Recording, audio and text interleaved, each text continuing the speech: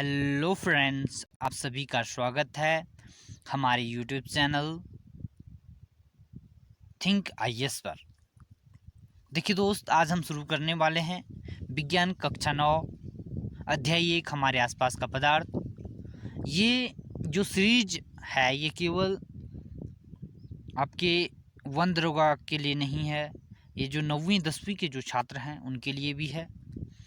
तो जैसा कि आपको मालूम है कि 9वीं और 10वीं की विज्ञान जो है वन दरोगा के सिलेबस में है, तो अगर आपका सपोर्ट रहेगा तो हम इस सीरीज को आगे बढ़ाएंगे। आज हम शुरू से शुरू करते हैं। तो शुरू से शुरू करते हैं दोस्त, मेरे दोस्त, शुरू से शुरू करते हैं। तो सबसे पहले जो पहला अध्याय है हमारे आसपास के पदार्थ, उसको हम शुरू करते हैं। पहला चैप्टर हमारे आसपास के पदार्थ, इसमें क्या कहता है। देखिए दोस्त, पहले जब भी हम अपने चारों ओर नज़र दौड़ाते हैं तो विभिन्न प्रकार की वस्तुएं क्या आती हैं, हमको नज़र आती हैं, जिनका आकार, आकृति और बनावट सब अलग अलग होता है। इस तरह विश्व में प्रत्येक वस्तु जिस सामग्री की बनी होती है उससे वैज्ञानिकों ने क्या कहा, पदार्थ यानी कि मैटर यानी कि द्रव्य। ठीक है, पदार्थ, मैटर, द्रव्य तीनों क्या है, एक ही है। ठीक है, जिस प्रकार हवा जिस हवा से हम सांस लेते हैं, जो भोजन हम खाते हैं, पत्थर, बादल, तारे, पौधे, पशु पक्षी, यहाँ तक कि पानी की एक बूंद भी या रेत का एक कण, ये सभी क्या है, ये सभी क्या है, पदार्थ है। और इससे ऊपर जो सभी चीज़ें हमने देखी, सबसे वस्तुएं जो हमने देखी, उन सब में क्या था, द्रव्यमान था। और ये कुछ स्थान घेरती थी। ठीक है, द्रव्य में क्या होगा, द्रव्यमान होगा। जिसमें द्रव्यमान होगा और जो स्थान घेरेगा वो क्या है, पदार्थ है। ठीक है, तो आई होप पदार्थ आपके समझ में आ गया होगा कि आखिर मैटर है क्या। तो मैटर जो है, सबसे पहले प्राचीन काल से ही मनुष्य अपने आसपास को समझने का प्रयास करता रहा। भारत के प्राचीन दार्शनिकों ने पदार्थ को 5 मूल तत्वों में वर्गीकृत किया, जिससे क्या कहते हैं, पंचतत्व कहा जाता है। ये पंचतत्व कौन कौन से हैं, वायु हो गया, पृथ्वी हो गया, अग्नि हो गया, जल हो गया, आकाश हो गया। उनके अनुसार इन्हीं पंचतत्वों से क्या बना हुआ है, सभी वस्तुएं बनी हुई हैं, चाहे वो सजीव हो या निर्जीव हो। मतलब जो कहते हैं ना, इंसान जो है जब मर जाता है तो पंचतत्वों में विलीन हो जाता है। आज भी भारत में इस प्रकार की अवधारणा विद्यमान है। तो क्या होता है कि पंचतत्वों में विलीन हो जाता है। तो पंचतत्व उस टाइम से माने जाते थे। और उस समय के जो यूनानी दार्शनिक थे वो भी पदार्थ को इसी प्रकार से क्या करते हैं, वर्गीकृत करते हैं। और वहीं अगर हम देखें, आधुनिक वैज्ञानिकों ने जो पदार्थ को 2 रूपों में बांटा, एक उनके भौतिक गुणधर्म के आधार पर एवं रासायनिक प्रकृति के आधार पर, कितने 2 प्रकारों से वर्गीकृत किया गया। और इस अध्याय में मेनली इस अध्याय में हम जो है केवल और केवल भौतिक गुणों के आधार पर जो है पदार्थ को समझेंगे, और जो पदार्थ की जो रासायनिक पहलू हैं वो हम आगे के अध्यायों में पढ़ेंगे।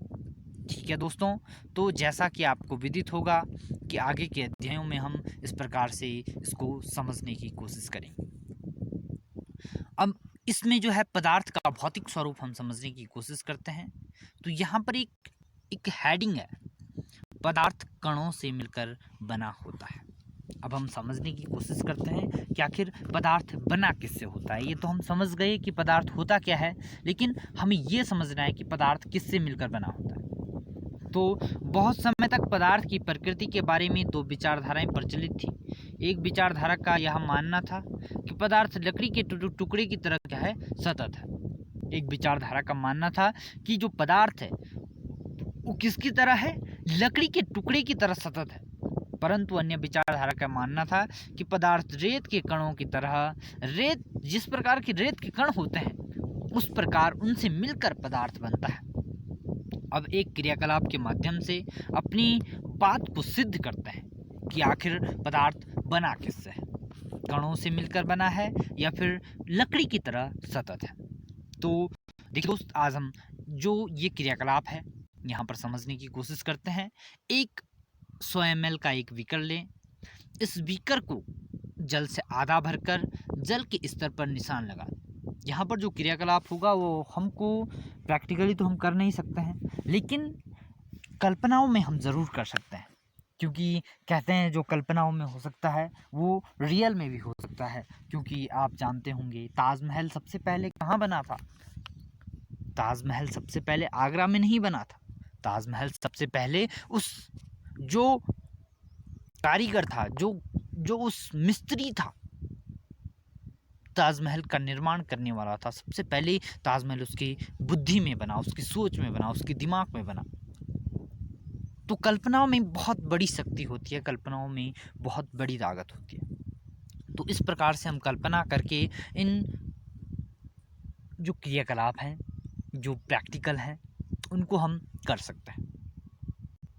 अब दिए गए जल में क्या करना है? नमक एवं शर्करा को कांच की छड़ की मदद से जल में घोल दें और जल स्तर में आए बदलाव को पर ध्यान दें। आपके अनुसार नमक शर्करा का क्या हुआ हो? ये कहाँ गायब हो गए? क्या जल स्तर में कोई बदलाव आया? अब इन सब प्रश्नों का उत्तर हम पाने के लिए हमें इस विचार को स्वीकारना होगा कि पदार्थ कणों से मिलकर बना होता है। जो पुराना विचार था कि लकड़ी की तरह सतत होता है, उस विचार को त्याग कर हमें यह स्वीकारना होगा क्या कि पदार्थ जो है कणों से मिलकर बना होता है।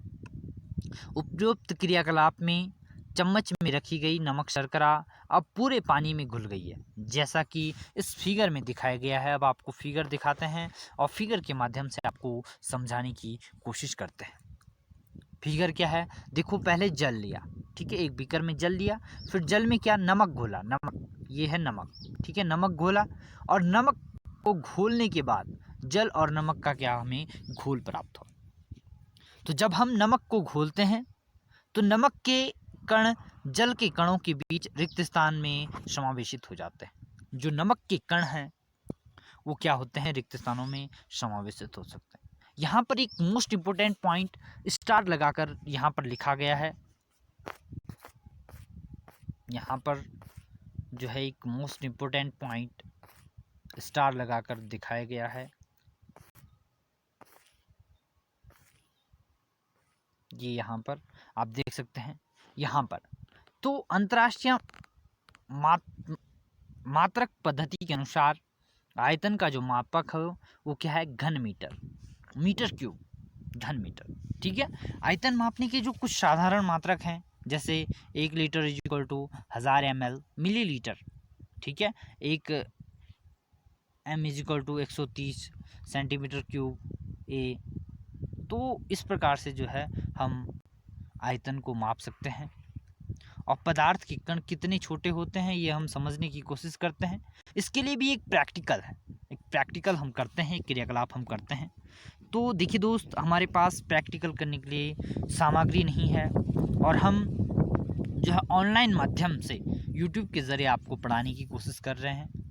तो संभव नहीं है कि हम आपको प्रैक्टिकली हर एक चीज़ को समझा पाएंगे। फिर भी अगर आप कल्पनाओं में, मैंने अगले वाले अध्याय, अगले वाला जो इससे पहले जो हमने क्रियाकलाप किया वहाँ पर कल्पना की शक्ति मैंने आपको बता दिया कि कल्पनाओं में कितनी ताकत है, कल्पनाओं में कितनी शक्ति है।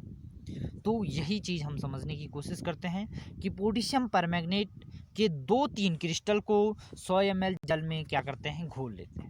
जो पोटेशियम परमैंगनेट है उसको 100 ml जल में क्या कर देते हैं? घोल लेते हैं, ठीक है, 100 ml जल में घोल लेते हैं। ये 100 ml जल है, इसमें घोल लेते हैं हम। तो इसमें से 10 ml जो है हम पोटेशियम परमैंगनेट घोलने के बाद 10 ml निकाल लेते हैं और उस 10 ml में 90 ml जल बना लेते हैं, फिर से 100 ml बनाते हैं, फिर से यहाँ से निकालते हैं। तो जितनी बार हम इसको प्रत्येक बार तनुकृत करने पर घोल का रंग हल्का होता जाएगा और फिर भी जो पानी है वो रंगीन दिखाई देगा। इसका मतलब ये हुआ कि पदार्थ जो कण होते हैं बहुत महीन होते हैं, बहुत छोटे होते हैं। अब यह प्रयोग दर्शाता है कि पोटेशियम परमैंगनेट के बहुत छोटे से क्रिस्टल से पानी की बहुत अधिक मात्रा लगभग 1000 लीटर भी रंगीन हो जाती है।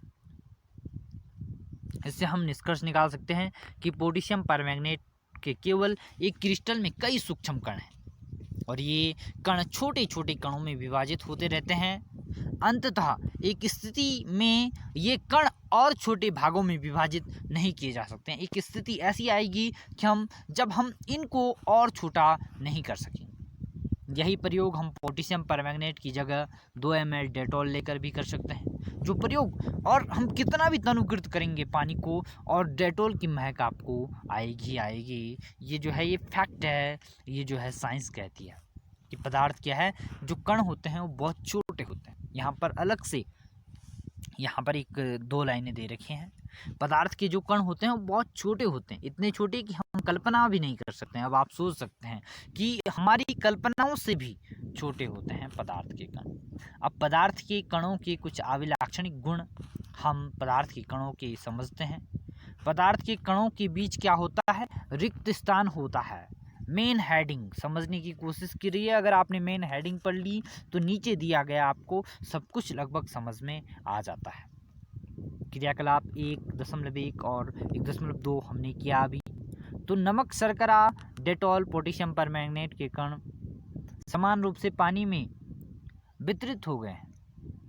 इस प्रकार जब हम चाय, कॉफ़ी या नींबू पानी बनाते हैं तो एक पदार्थ के कण दूसरे पदार्थ के कणों के रिक्त स्थानों में समावेशित हो जाते हैं। यह दर्शाता है कि पदार्थ के कणों के बीच पर्याप्त रिक्त स्थान है। ठीक है, जैसा कि अगर वो जल में घुलता नहीं तो हम मानते थे कि पदार्थ जो है लकड़ी की तरह सतत होता है, लेकिन अगर वो घुल गया है तो पदार्थ क्या है, पदार्थ में कण होते हैं। पदार्थ में क्या करता है, कणों की तरह व्यवहार करता है। अब पदार्थ के कण जो है निरंतर गतिशील होते रहते हैं। जो पदार्थ के जो कण होते हैं वो क्या करते हैं, निरंतर लगातार क्या करते हैं, मूवमेंट करते हैं, गति करते हैं, मोशन करते हैं। ठीक है, मूवमेंट चलते रहते हैं अपनी। अब हम क्रियाकलाप 1.3 समझने की कोशिश करते हैं। अपनी कक्षा के किसी कोने में एक बुझी हुई अगरबत्ती रख दें। इसकी सुगंध लेने के लिए आपको कितने समीप जाना पड़ता है?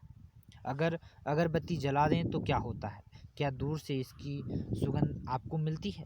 अपने प्रेक्षणों को नोट करिए। अब जाहिर सी बात है, अगर हम अगरबत्ती जलाएंगे तो हम चाहे कमरे के किसी भी कोने में जलाएंगे, उसकी महक जो है पूरे कमरे में आ जाएगी।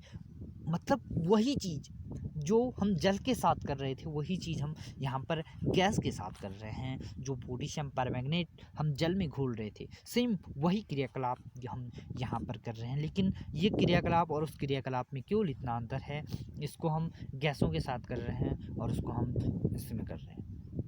तो यहाँ पर अब हम समझने की कोशिश करते हैं क्रियाकलाप 1.4। ठीक है, क्रियाकलाप 1.4 क्या है? जल से भरे 2 गिलास या बीकर लें। जल से भरे क्या करना है, 2 गिलास या बीकर लें। पहले बीकर के एक सिरे पर सावधानी से एक बूंद लाल या नीली स्याही डाल दें और दूसरे में शहद डाल दें। अब ध्यान से देखिए यहाँ पर ये क्या कह रहा है। देखो, जल से भरे 2 गिलास या 2 बीकर लेने हैं। ठीक है, पहले बीकर के एक सिरे पर सावधानी से एक बूंद लाल, एक बूंद नीली स्याही की डाल दें और दूसरे में शहद डाल दें। ठीक है, अब हम यहाँ पर समझने की कोशिश करते हैं। इनको अपने घर या कक्षा में कोने में रख दें। अपने परीक्षणों को नोट करें। स्याही की बूंद डालने के तुरंत बाद आपने क्या देखा, शहद की बूंद तुरंत डालने के बाद आपने क्या देखा, स्याही का रंग पूरे जल में एक समान रूप से फैलने में कितने दिन या कितने घंटे लगे, ये तो हमें क्रियाकलाप करके ही मालूम पड़ेगा। क्रियाकलाप जब हम करेंगे तो ही हमें मालूम पड़ेगा। लेकिन जो शहद है वो घुलेगा नहीं, बहुत टाइम लगाएगा घुलने में। वहीं अगर स्याही की बात करें तो जल्दी से घुल जाएगा। तो वहीं अगर क्रियाकलाप 1.5 की बात करें, एक गिलास में गर्म पानी और दूसरे में ठंडा पानी भरें। गिलास में कॉपर सल्फेट या पोटेशियम परमैंगनेट का एक क्रिस्टल डालें और एक रख दें, हिलाएं नहीं। ठीक है, एक गिलास में पानी और दूसरे में ठंडा पानी भरें। एक में कॉपर सल्फेट, एक में पोटेशियम परमैंगनेट का क्रिस्टल डालें और रख दें, हिलाएं नहीं। क्रिस्टल को सतह पर बैठने दें। गिलास में ठोस क्रिस्टल के ऊपर क्या दिखाई देता है, समय बीतने पर क्या होता है, इसमें ठोस द्रव के कणों के बारे में क्या पता चलता है, क्या तापमान में साथ साथ मिश्रित होने की दर बदलती है, क्यों और कैसे? जैसे जैसे तापमान बढ़ेगा, जैसे हम चीनी को जो है चाय बनाते समय आप देखते होंगे, चाय जैसे जैसे टेम्परेचर बढ़ता है वैसे वैसे चीनी क्या करती है, घुलती है।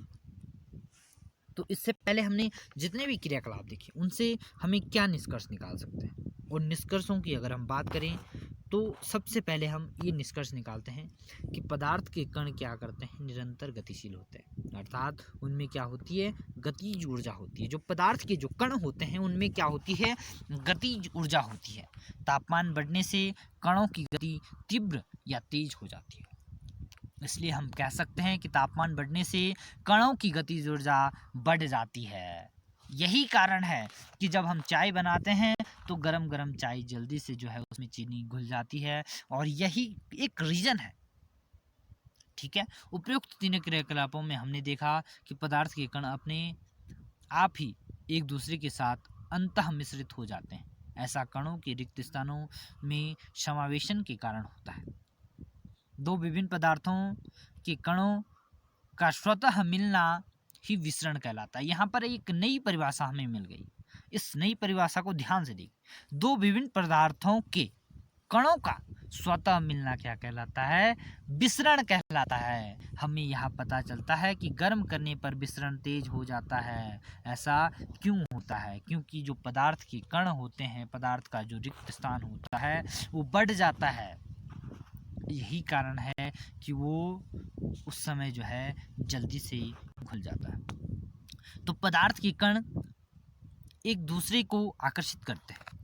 अब ये भी एक मेन पॉइंट है, इसको भी हम समझने की कोशिश करते हैं। क्रियाकलाप, एक क्रियाकलाप के माध्यम से हम समझने की कोशिश करते हैं। इस खेल के मैदान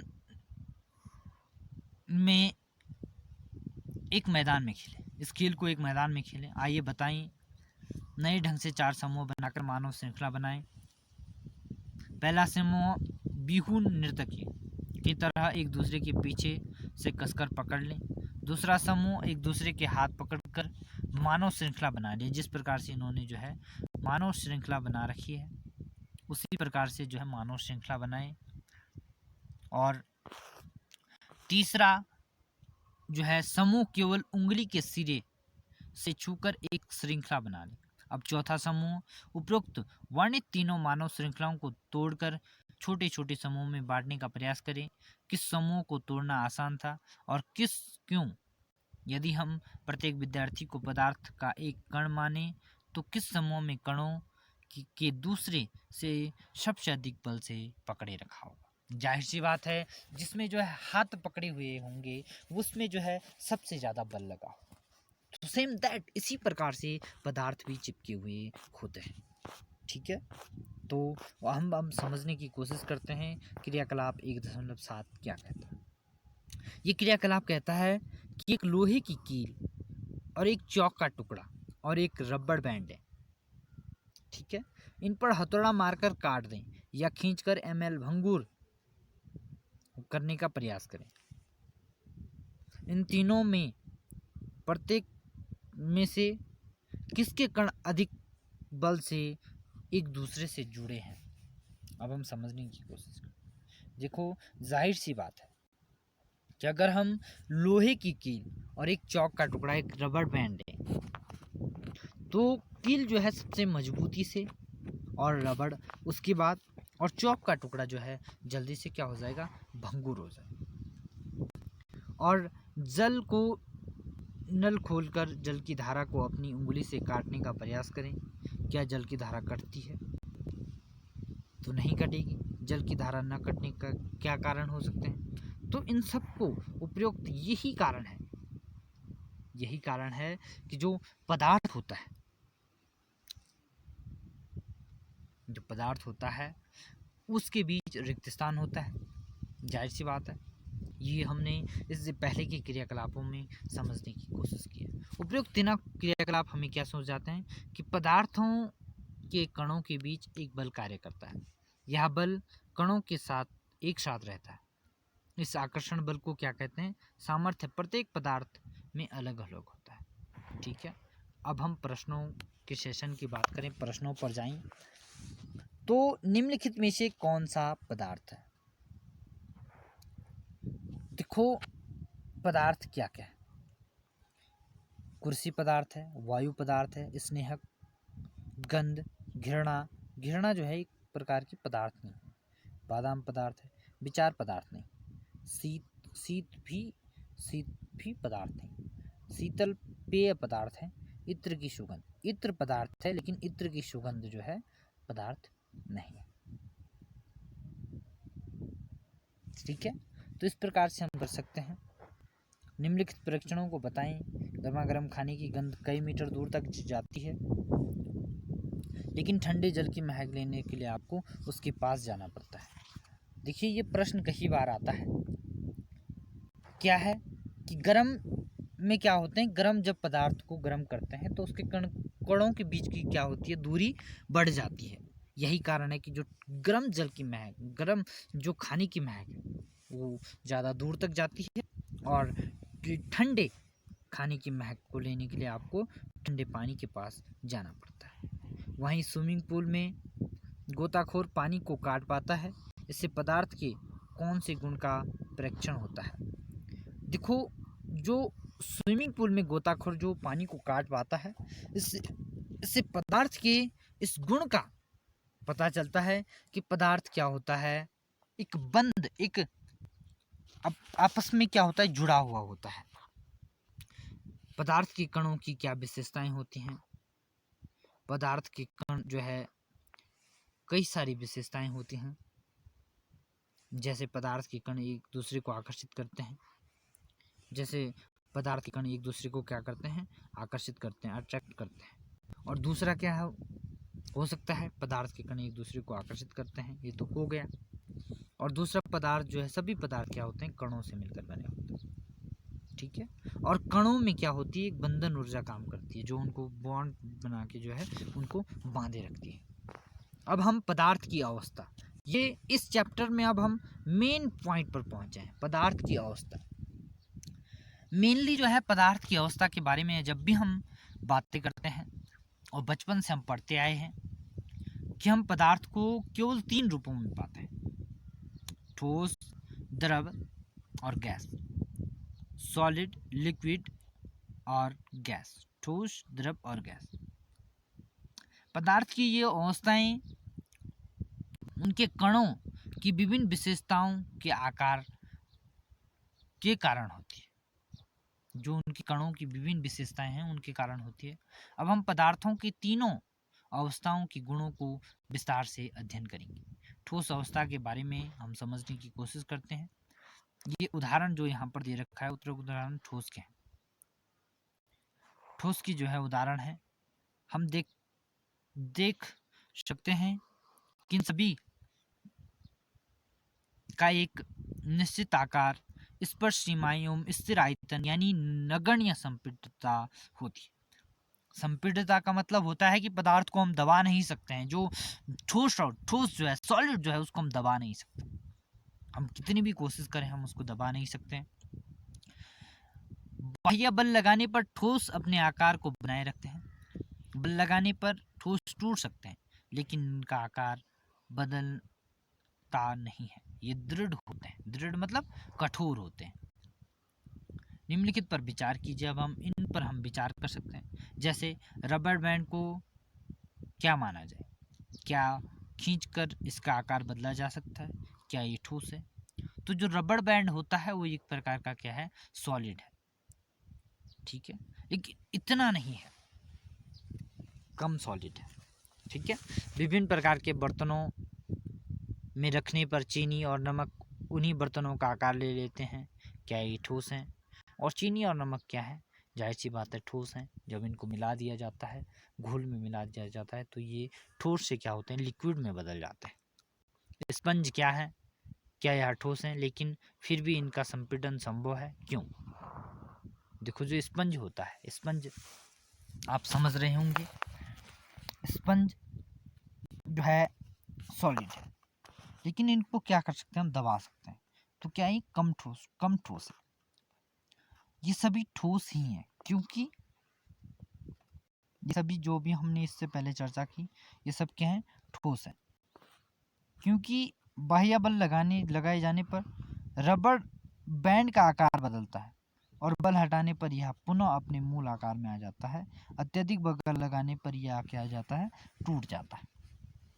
चाहे हम शर्करा या नमक को अपने हाथ में लें या फिर किसी प्लेट या जार में रखें, इसकी क्रिस्टलों का आकार नहीं बदलता है। यही कारण है कि जो नमक और शर्करा है वो क्या है, ठोस है। स्पंज जो है बहुत छोटे छिद्र होते हैं जिसमें वायु का समावेश होता है।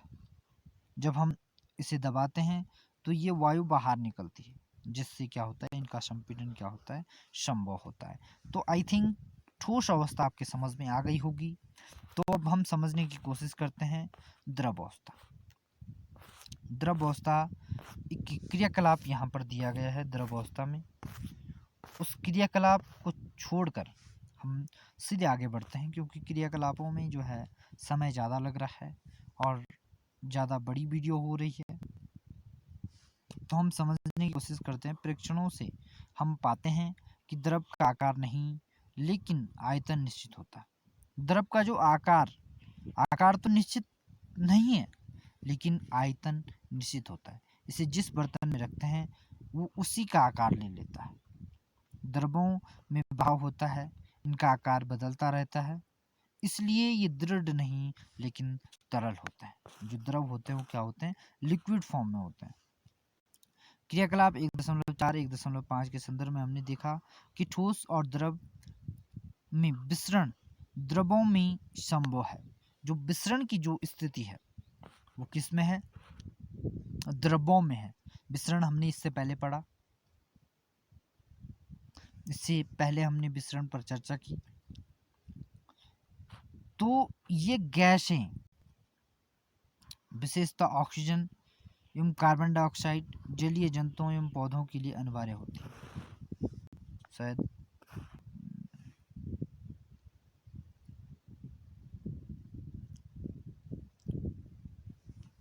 वातावरण में क्या है, गैसें विसरित होकर जल में घुल जाती हैं और ये विशेषतः ऑक्सीजन एवं कार्बन डाइऑक्साइड जलीय जंतुओं तथा पौधों के लिए क्या होती हैं, अनिवार्य होती है।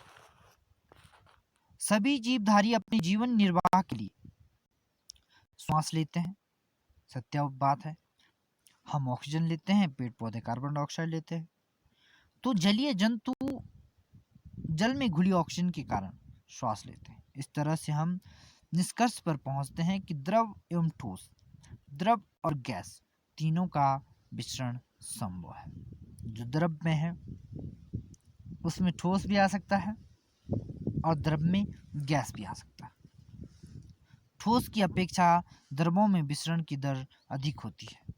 ऐसा इसलिए क्योंकि द्रव अवस्था में पदार्थ के कण स्वतंत्र रूप से गति करते हैं और ठोस की अपेक्षा द्रव में कणों में रिक्त स्थान अधिक होता है। ठीक है, तो द्रव अवस्था के बारे में आई होप आप समझ गए होंगे। अब इसके बाद हम गैस की अवस्था के बारे में चर्चा करेंगे। आपने कभी उस गुब्बारे वाले पर ध्यान दिया? आप जब सड़क किनारे चलते होंगे तो गुब्बारे वाले आपको देखते होंगे। गैस के एक ही सिलेंडर से बहुत सारे गुब्बारे हवा भरते हैं। उससे पता लगाएं कि एक सिलेंडर में से वहाँ कितने गुब्बारे हवा भरता है। उससे पूछिए कि सिलेंडर में कौन सी गैस होती है, तो आपको बताएगा कि सिलेंडर में कौन सी गैस होती है। हमने देखा, क्या देखा हमने, कि ठोसों एवं द्रवों की तुलना में गैसों की संपीड़ितता काफ़ी अधिक होती है। मतलब ठोस को हम बिल्कुल ही नहीं दबा सकते हैं या थोड़ा बहुत दबा सकते हैं, लेकिन द्रवों को हम दबा सकते हैं एक स्टेज।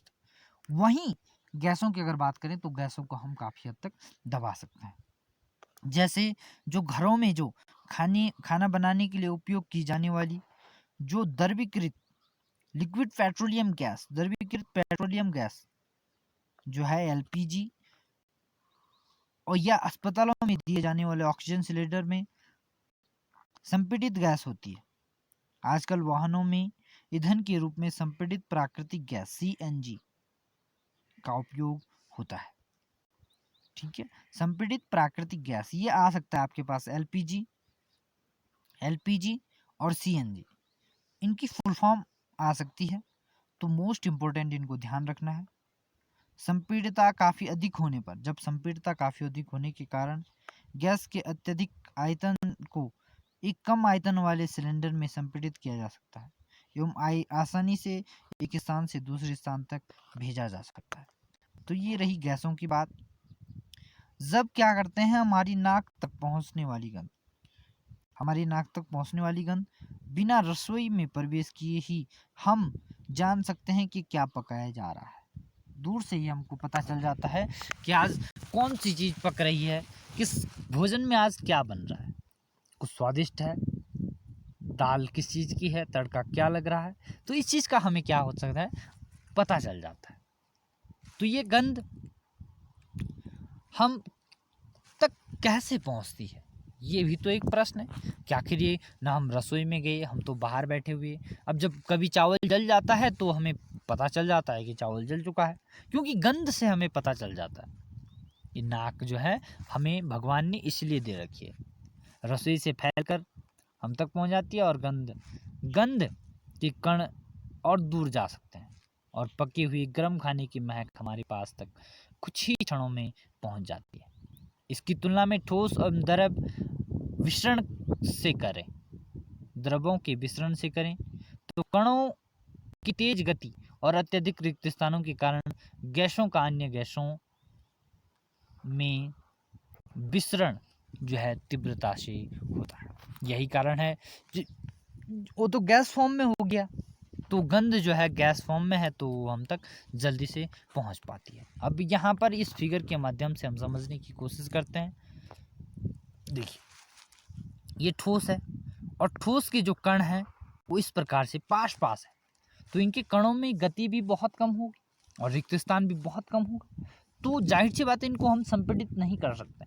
वहीं लिक्विड को अगर देखें तो इनमें कण क्या है, दूर दूर है, और कण क्या कर रहे हैं, गति कर रहे हैं, मूविंग कर रहे हैं। और वहीं गैस की अगर हम बात करें तो गैस में बहुत सारा खाली स्थान है, इसलिए हम इनको क्या कर सकते हैं, अत्यधिक संपीड़ित कर सकते हैं, दबा सकते हैं, इस प्रकार से इनको प्रेशर दे सकते हैं।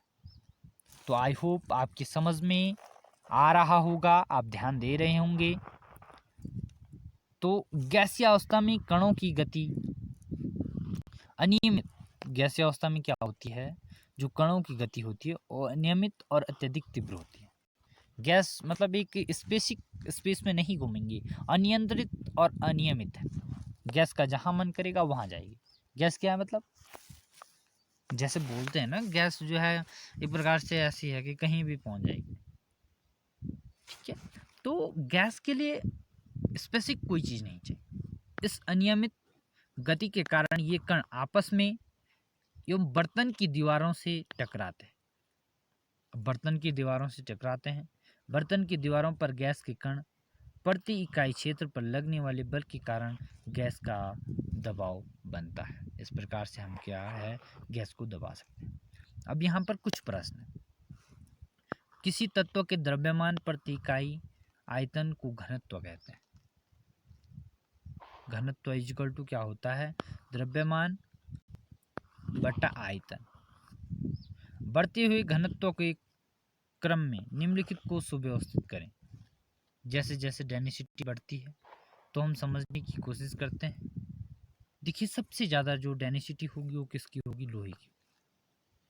लोहे के बाद चौक की होगी, चौक के बाद शहद की होगी, शहद के बाद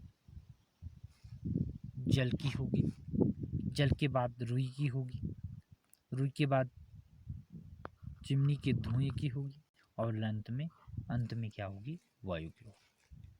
ठीक है, इसके बाद हम समझने की कोशिश करते हैं कि जो पदार्थ है, पदार्थ की विभिन्न अवस्थाओं के गुणों में होने वाले अंतर को सारणीबद्ध कीजिए। देखिए सबसे पहले तो हमने इससे पहले समझ लिया कि जो सॉलिड स्टेट है उसके जो कण हैं वो क्या है, पास पास है, बहुत पास, और जो लिक्विड है उसमें कण क्या है, थोड़ा सा दूर है, ठोस की अपेक्षा। वहीं अगर हम गैस की बात करें तो उसमें जो है कण बहुत दूर दूर है।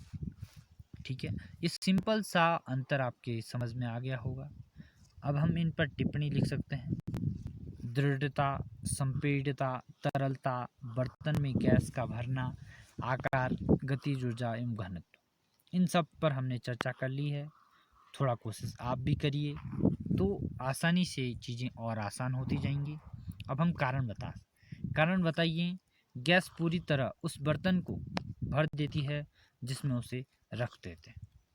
तो गैस का न तो आकार निश्चित होता है और न ही आयतन निश्चित होता है। यही कारण है कि गैस जो है पूरी तरह उस बर्तन को भर देती है, जिससे क्या होता है, इसमें इसे रखते हैं और इसके जो कण होते हैं वो क्या होते हैं, बहुत दूर दूर होते हैं। गैस बर्तन की दीवारों पर दबाव डालती है। गैस क्या करती है, जो बर्तन होते हैं उन पर क्या डालती है, दबाव डालती है। क्यों? गैस को क्या कर सकते हैं हम, संपीड़ित कर सकते हैं, दबा सकते हैं। यही कारण है कि गैस जो है बर्तनों पर दबाव डालती है। लकड़ी की मेज ठोस कहलाती है। लकड़ी की मेज जाहिर सी बात ठोस ही है।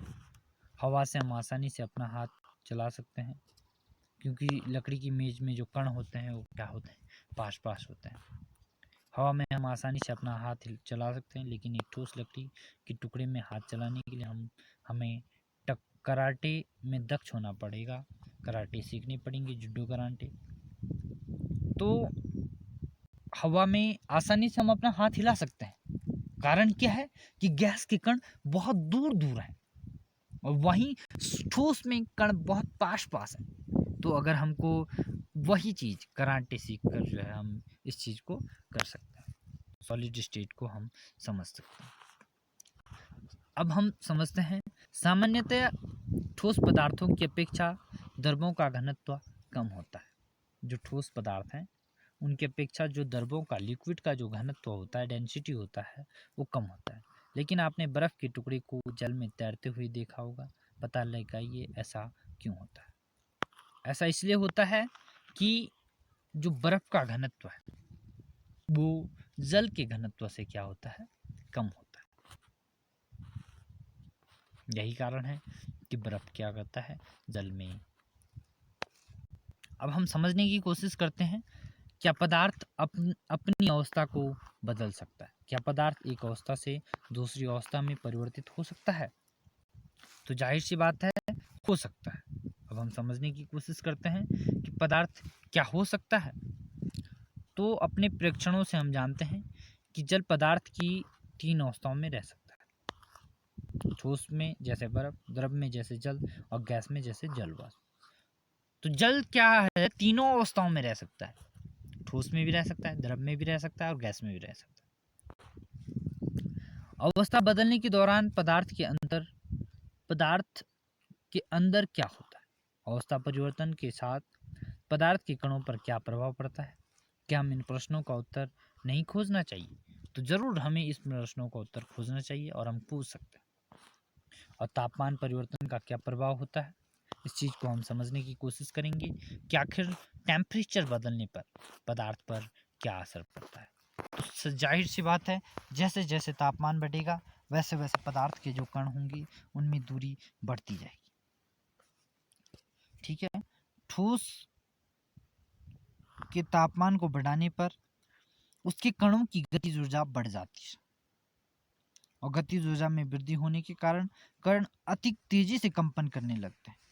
ऊष्मा द्वारा प्रदत्त की गई ऊर्जा कणों के बीच के आकर्षण बल को पार कर लेती है। इस कारण कण अपनी नियत स्थान को छोड़कर अधिक स्वतंत्र होकर गति करने लगते हैं। एक अवस्था ऐसी आती है जब ठोस पिघलकर द्रव में परिवर्तित हो जाता है। ठोस क्या होता है, द्रव में परिवर्तित हो जाता है। यहाँ पर आप देख सकते हैं ये बर्नर लगा हुआ है। यहाँ पर बर्फ को बीकर में गर्म किया जा रहा है, कांच की छड़ को इसमें रखा गया है और थर्मामीटर से मापा जा रहा है कि कितने टेम्परेचर पर ये उड़ रही है। तो जैसे जैसे टेम्परेचर बढ़ेगा वैसे वैसे अब ये क्या हो गया, ये जल में जो है बदल गया है। और जैसे अगर इसको और ज़्यादा ताप दिया जाएगा तो ये क्या होगा, बर्फ का जल में बदलने की प्रक्रिया और जल से जल वाष्प बदलने की प्रक्रिया आपको यहाँ पर इस फिगर के माध्यम से बताई गई।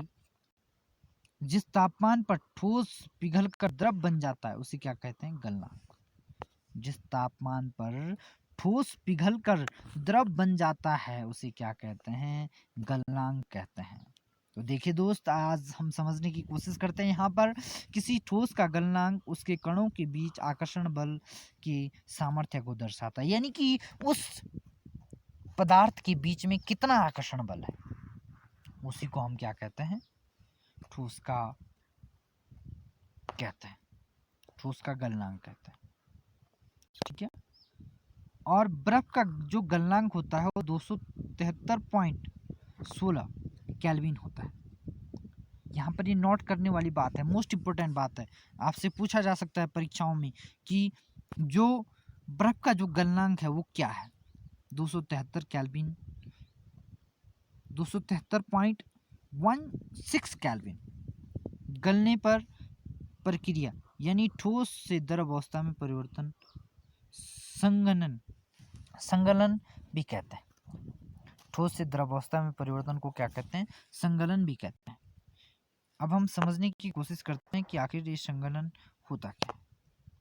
किसी ठोस की गलने की प्रक्रिया में तापमान समान रहता है, ऐसे में ऊष्मीय ऊर्जा कहाँ जाती है। अब यहाँ पर ये प्रश्न रखा हुआ है कि ऊष्मीय ऊर्जा कहाँ जाएगी, ऊष्मीय ऊर्जा क्या होगी, कहाँ जाएगी। अब हम समझने की कोशिश करते हैं, यहाँ पर एक स्टार बनाकर समझाने की कोशिश की गई है कि तापमान का जो एसआई मात्रक है, अंतर्राष्ट्रीय यूनिट जो है तापमान की, वो क्या है, केल्विन है।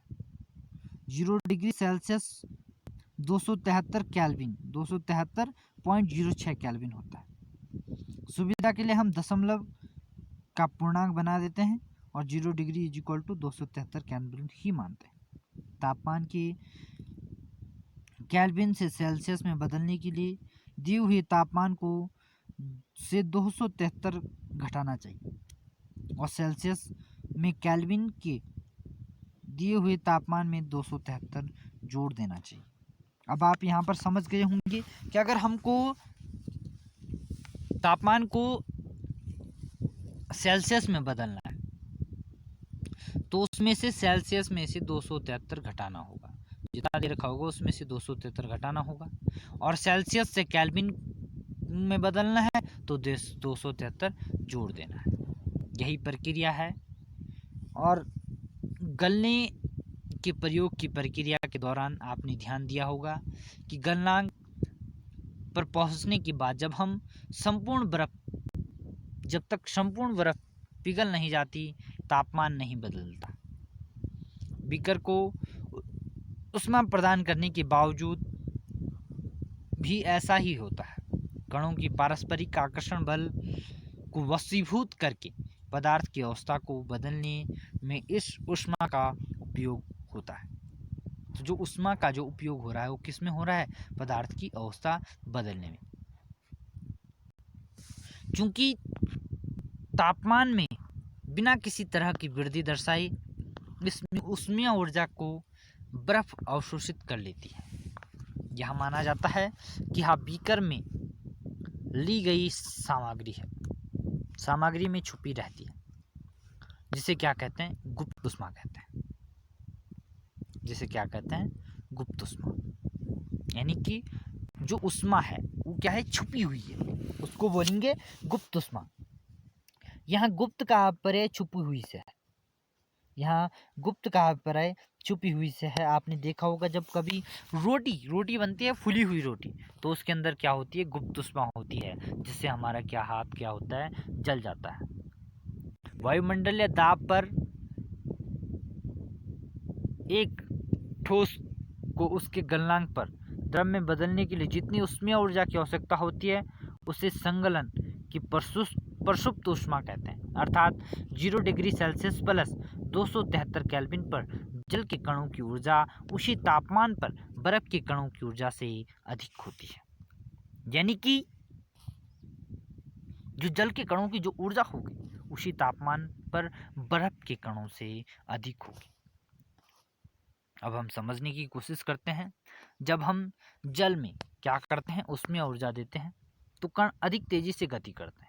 एक निश्चित तापमान पर पहुंचकर कणों में इतनी ऊर्जा आ जाती है कि वे परस्पर आकर्षण बल को तोड़कर स्वतंत्र हो जाते हैं और फिर क्या करते हैं, वो गैस में बदलना शुरू हो जाते हैं। और वायुमंडलीय दाब पर वह तापमान जिस पर द्रव उबलने लगता है उसे क्या कहते हैं? क्वथनांक कहते हैं। जिस पर जमने लगेगा उसे कहेंगे गलनांक, और जिस पर उबलने लगेगा उसे कहेंगे क्वथनांक। क्वथनांक समष्टि गुण है। द्रव के सभी कणों को इतनी ऊर्जा मिल जाती है कि वो वाष्प में बदल जाते हैं। ठीक है। जल के लिए यह तापमान 373 केल्विन यानी कि 100 degree Celsius, 273 plus 100 is equal to 373 kelvin. तो यहाँ पर बता भी रखा है 100 डिग्री सेल्सियस को क्या कर रखा है, यहाँ पर केल्विन में दिखा रखा है। अब हम समझने की कोशिश करते हैं कि आप वाष्पीकरण की गुप्त ऊष्मा को परिभाषित कर सकते हैं। इसे उसी तरह परिभाषित किया कीजिए जैसे हमने संलग्नन प्रसुप्त ऊष्मा को परिभाषित किया। 373 केल्विन पर क्या है, 100 डिग्री सेल्सियस तापमान पर भाप अर्थात वाष्प के कणों में उसी तापमान पर पानी के कणों की अपेक्षा अधिक ऊर्जा होती है। ऐसा इसलिए होता है क्योंकि भाप के कणों ने वाष्पीकरण की गुप्त ऊष्मा के रूप में अतिरिक्त ऊष्मा अवशोषित कर ली है। तो यहाँ पर आप समझ सकते हैं ठोस अवस्था को जब ऊष्मा दी जाती है तो वो द्रव बदलता है, शीतलता दी जाएगी तो ठोस बन जाएगा, और फिर से ऊष्मा दी जाएगी तो गैस बन जाएगा, और शीतलता दी जाएगी तो द्रव बन जाएगा। तो यानी कि मतलब पदार्थ क्या है, घूमता रहता है, ठोस द्रव गैस इस प्रकार की अवस्थाओं में क्या करता है, पदार्थ घूमता रहता है। अतः हम कह सकते हैं कि तापमान बदल कर हम पदार्थ को एक अवस्था से दूसरी अवस्था में बदल सकते हैं।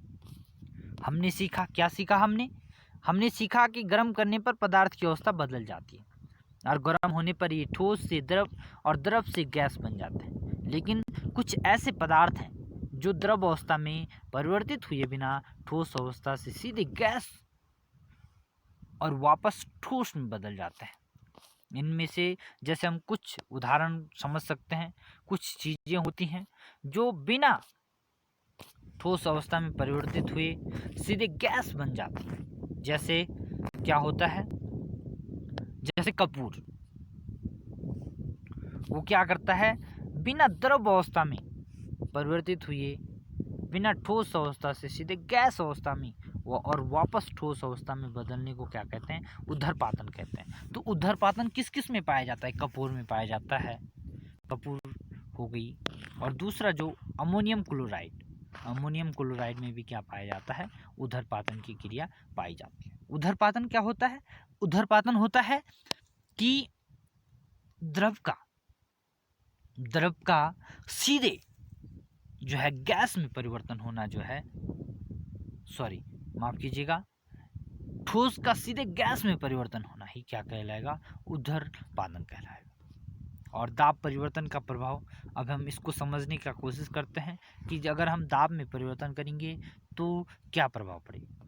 हम जानते हैं कि घटकों के कणों के बीच दूरी में अंतर होने के कारण पदार्थों की विभिन्न अवस्थाओं में अंतर होता है। किसी सिलेंडर में भरी गैस पर दाब लगाने पर संपीड़न करने का क्या होगा, क्या इसके कणों के बीच की दूरी कम होगी। क्या आपको लगता है कि दाब बढ़ने या घटाने से पदार्थ की अवस्था में परिवर्तन हो सकता है? तो जाहिर सी बात है कि पदार्थ के कणों में क्या हो सकता है, परिवर्तन हो सकता है। पिस्टन सिलेंडर हम दबा रहे हैं तो एक अवस्था ऐसी आएगी, दाब बढ़ने से पदार्थों के कणों को क्या समीप लाया जा सकता है। दाब बढ़ने और तापमान घटने से गैस जो है द्रव में बदल जाती है। जो हम गैस जलाते हैं वो क्या होती है, लिक्विड फॉर्म में होती है, इतने संपीड़ित करके रखी हुई होती है कि जो एलपीजी सिलेंडर होते हैं उनमें जो गैस भरी होती है वो संपीड़ित करके रखे होते हैं। यही कारण है कि वो जो है सीधे लिक्विड फॉर्म में रहती हैं। क्या आपने ठोस CO2 के बारे में सुना है? इसे क्या कहते हैं, शुष्क बर्फ भी बोलते हैं। जो ठोस सॉलिड CO2 है इसको क्या कहते हैं, शुष्क बर्फ। क्या कहते हैं, शुष्क बर्फ कहते हैं। ठीक है। जब वायुमंडलीय दाब का जो माप है उसको एक एटमॉस्फेयर, एक एटीएम, ये एटमॉस्फेयर क्या है, ये वायुमंडलीय दाब का क्या है, मात्रक है। हो तो जो ठोस जो CO2 है वो द्रवावस्था में आए बिना सीधे गैस में परिवर्तित हो जाता है। यही कारण है कि ठोस कार्बन डाइऑक्साइड को क्या कहते हैं, शुष्क बर्फ यानी कि ड्राई आइस कहते हैं। इससे पहले मैंने आपको ड्राई आइस यानी कि शुष्क बर्फ के बारे में बताया। इस तरह जो है हम कह सकते हैं कि पदार्थ की अवस्थाएं यानी कि ठोस, द्रव और गैस दाब और तापमान के द्वारा तय होती है। अब यहाँ पर ये फिगर के माध्यम से आपको बताया गया है तीनों अवस्थाओं में रूपांतरण हो सकता है। ठोस संलग्न जमना जो है ठोस बन जाएगा, वाष्पीकरण होगा तो गैस बन जाएगा, संघनन होगा तो द्रव बन जाएगा, और ठोस ऊर्ध्वपातन से सीधे गैस और ठोस ऊर्ध्वपातन से सीधे गैस, गैस ऊर्ध्वपातन से सीधे ठोस में परिवर्तित हो सकता है। तो इस प्रकार से जो है पदार्थ की जो तीनों अवस्थाएं हैं वो क्या हो सकती हैं, एक स्थान से दूसरी जगह। संघनन जो बारिश होने का जो कारण होता है वो क्या होता है, संघनन होता है। तो संघनन किसका होता है, गैसों का, और गैस किस में परिवर्तित होता रहती हैं, द्रव में। अब पृष्ठ सेशन को छोड़कर अगर हम बात करें तो वाष्पीकरण ये भी एक मोस्ट इम्पोर्टेंट टॉपिक हमारे सिलेबस में है। पदार्थ की अवस्था बदलने के लिए क्या सदैव ऊष्मा देने या दाब बदलना आवश्यक है? क्या आपके दैनिक जीवन में आप कोई ऐसा उदाहरण दे सकते हैं जिसे बिना क्वथनांक पर पहुँचे हुए कोई भी द्रव अवस्था द्रव वाष्प में बदल जाए? जल को खुला छोड़ देने पर यह सीधे या धीरे धीरे वाष्प में परिवर्तित हो जाता है, गीले कपड़े सूख जाते हैं। इन दोनों उदाहरणों में जल का क्या हो, जल सीधे जो है डायरेक्ट वाष्प में बदल गया है।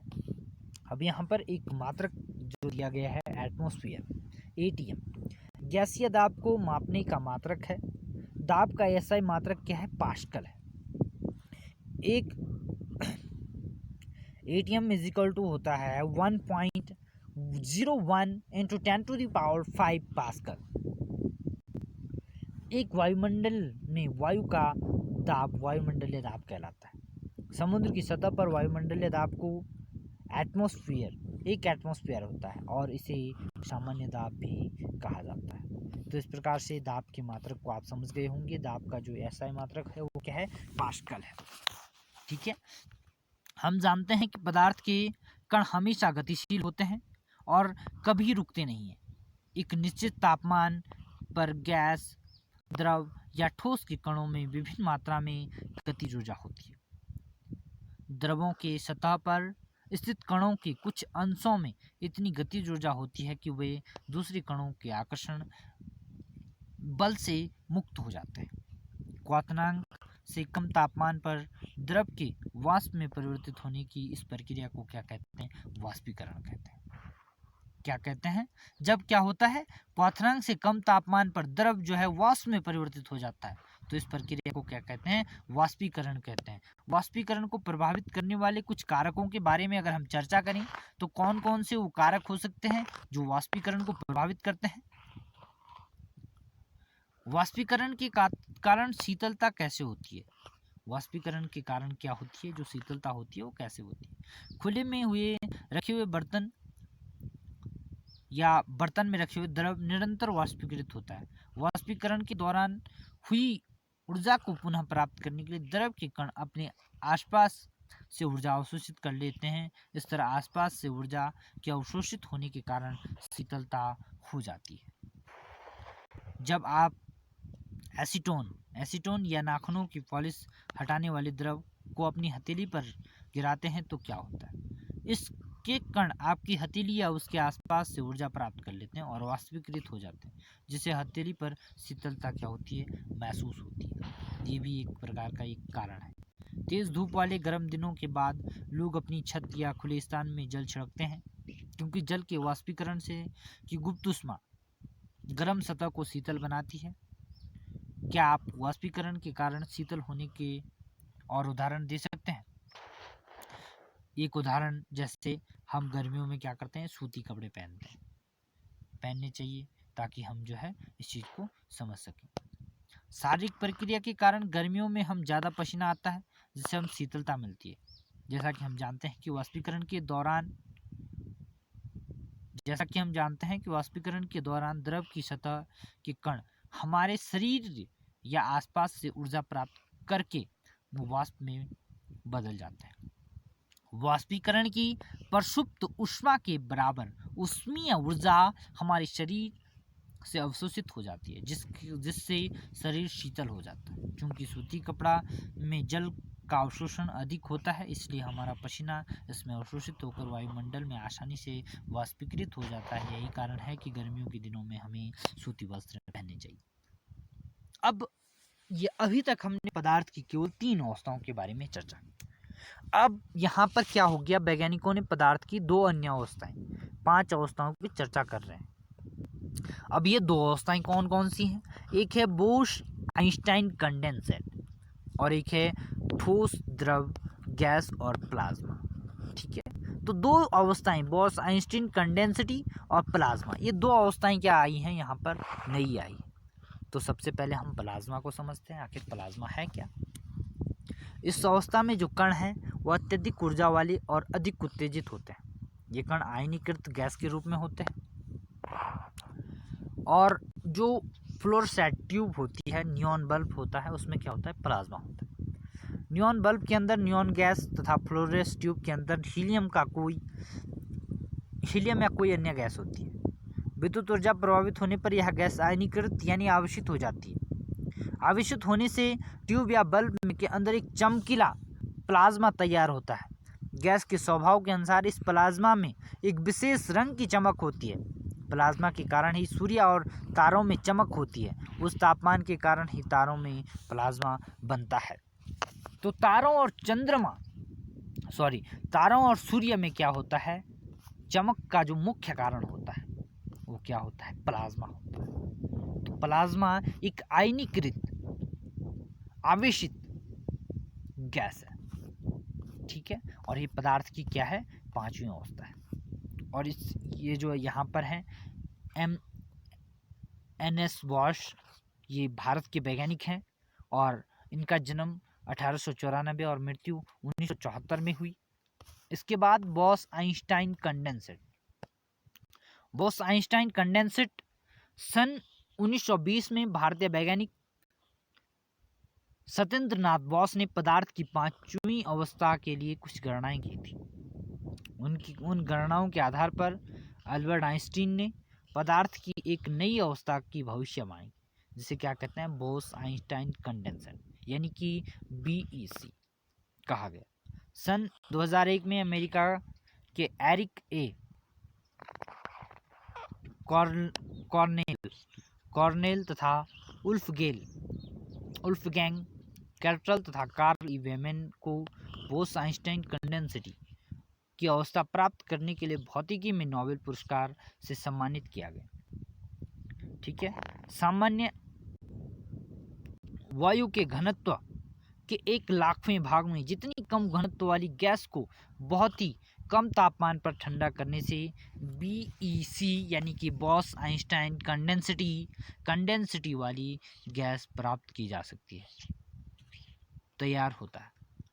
इसको अगर हमें समझना है तो इस वेबसाइट पर भी आप जा सकते हो, www.chem4kids.com पर लॉगिन करके पदार्थ की 4थी और 5वीं अवस्था को और अधिक से आप जानकारी प्राप्त कर सकते हैं। तो इस वेबसाइट को आप लॉगिन कर सकते हैं www.chem4kids.com। ठीक है, आइंस्टाइन के बारे में आप जानते हैं, आइंस्टाइन जो है बहुत बड़े वैज्ञानिक थे, साइंटिस्ट थे। और अभी हम समझने की कोशिश करते हैं कि बर्फीले जल से भरी गिलास की बाहरी सतह पर जल की बूंदें क्यों नजर आती है। ये भी एक प्रश्न है कि जल की बूंदें क्यों नजर आती हैं। किसी बर्तन में हम बर्फीला जल रखते हैं, जल ही बर्तन की बाहरी सतहों पर हमें जल की बूंदें नजर आने लगती हैं। वायु की उपस्थिति में जल वाष्प की ठंडे पानी के संपर्क में आकर कम हो जाती है और यह द्रव अवस्था में बदल जाता है, जो हमें जल की बूंदों के रूप में नजर आता है। ठीक है, अब प्रश्न सेशन है, इसके बाद आपने क्या सीखा, इसको हम जल्दी से समझने की कोशिश करते हैं कि आखिर हमने इस चैप्टर में पढ़ा क्या। द्रव्य जो होता है वो सूक्ष्म कणों से मिलकर बना हुआ होता है। ठीक है, हमारे आसपास जो है द्रव्य की 3 अवस्थाओं में विद्यमान है, ठोस, द्रव और गैस। ठीक है, ठोस के कणों में आकर्षण बल होता है सबसे अधिक, गैस के कणों में सबसे कम और द्रव के कणों में दोनों के मध्यवर्ती। सबसे अधिक किस में होगा? ठोसों में आकर्षण बल, और उसके बाद होगा द्रवों में, और उसके बाद होगा गैसों में।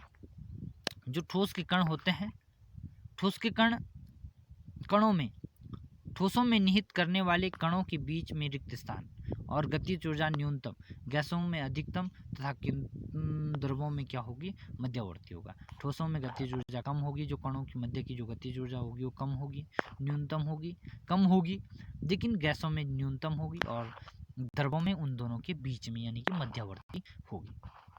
ठोसों के लिए उनके कणों की व्यवस्था अत्यधिक कर्मित होती है। द्रवों के कणों की व्यवस्था एक दूसरे के पर से फिसल एवं स्खलित हो सकते हैं। गैसों में कोई क्रम नहीं होता है और इनके कण अनियमित रूप से क्या करते हैं? विचरण करते हैं, एक अवस्था से दूसरी, एक जगह से दूसरी जगह जाते हैं। ये क्या होते हैं? अनियंत्रित होते हैं। पदार्थ की अवस्थाएं क्या होती है? अंतः परिवर्तित होते हैं। पदार्थ की अवस्थाओं में परिवर्तन ताप एवं दाब में परिवर्तन से किया जा सकता है। जो पदार्थ की जो अवस्थाएं होती हैं उनमें परिवर्तन किया जा सकता है। अब हम ऊर्ध्वपातन का प्रक्रम समझते हैं। ऊर्ध्वपातन के प्रक्रम में ठोस पदार्थ द्रव में परिवर्तन हुए बिना सीधे क्या होता है? गैसीय अवस्था में आ जाता है, और गैसीय अवस्था में सीधे ठोस अवस्था में आ जाता है। गैसीय अवस्था से सीधे किसमें? ठोस अवस्था में आ जाता है। क्वथनांक की समष्टि परिघटना, जिसमें समष्टि के कण द्रव अवस्था से वाष्प में परिवर्तित हो जाते हैं, उसे क्या कहते हैं? क्वथनांक कह सकते हैं, क्वथनांक कह सकते हैं। और वाष्पीकरण एक सतत परिघटना है। सतह के कण पर्याप्त ऊर्जा ग्रहण करके उनके बीच परस्पर आकर्षण बलों को पार कर लेते हैं और द्रव से वाष्प अवस्था में परिवर्तित हो जाते हैं। इसी को कहते हैं वाष्पीकरण कहते हैं। वाष्पीकरण की जो गति निम्नलिखित कारकों पर निर्भर करती है। नंबर 1, सतही क्षेत्रफल, जिसका वायुमंडल में परित्याग होता है, और तापमान, आर्द्रता और वायु की गति, इन तीनों पर जो है जो वाष्पीकरण की जो गति होती है इन कारकों पर निर्भर होती है। वाष्पीकरण से ठंडक उत्पन्न होती है। ठंडक जैसे पसीने का उदाहरण आपने देखा, तो वाष्पीकरण से क्या होती है? ठंडक उत्पन्न होती है। वाष्पीकरण की गुप्त ऊष्मा, ताप की वह मात्रा जो 1 किलो द्रव को वायुमंडलीय दाब एवं द्रव के क्वथनांक पर गैसीय अवस्था में परिवर्तित करने हेतु प्रयोग में होती है, उसे क्या कहते हैं? उसे हम कह सकते हैं, उसे हम क्या कह सकते हैं? उसे हम वाष्पीकरण की गुप्त ऊष्मा की मात्रा कह सकते हैं। ठीक है, अब इस संगलन क्या होता है? संगलन की गुप्त ऊष्मा ऊर्जा की वह मात्रा है जो 1 किलो ठोस को वायुमंडलीय दाब पर ठोस एवं उसके संगलन बिंदु पर लाने के लिए प्रयोग होती है, उसे कहते हैं संगलन। कुछ मापने योग्य राशियां एवं उनके मात्रक जिनका हमें ज्ञान होना चाहिए। नंबर 1 क्या है?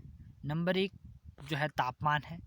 तापमान को हम केल्विन में माप सकते हैं। केल्विन का मात्रक के है। लंबाई का मात्रक मीटर है। इसका है सहती मतलब कोई भी भार किलोग्राम हो गया। किलोग्राम भार का न्यूटन है। न्यूटन यानी आयतन का घन मीटर है। मीटर क्यूब द्रव्यमान का किलोग्राम प्रति घन मीटर है। किलोग्राम मीटर प्रति घन मीटर है। और दाब का क्या है? पास्कल है, पी है। तो ये मात्रक आप जो है नोट कर लीजिए, पढ़ लीजिए, ये बहुत ही मोस्ट इम्पोर्टेंट है। इसी के साथ आपका चैप्टर समाप्त होता है। So please like, share and subscribe my channel. आप सभी को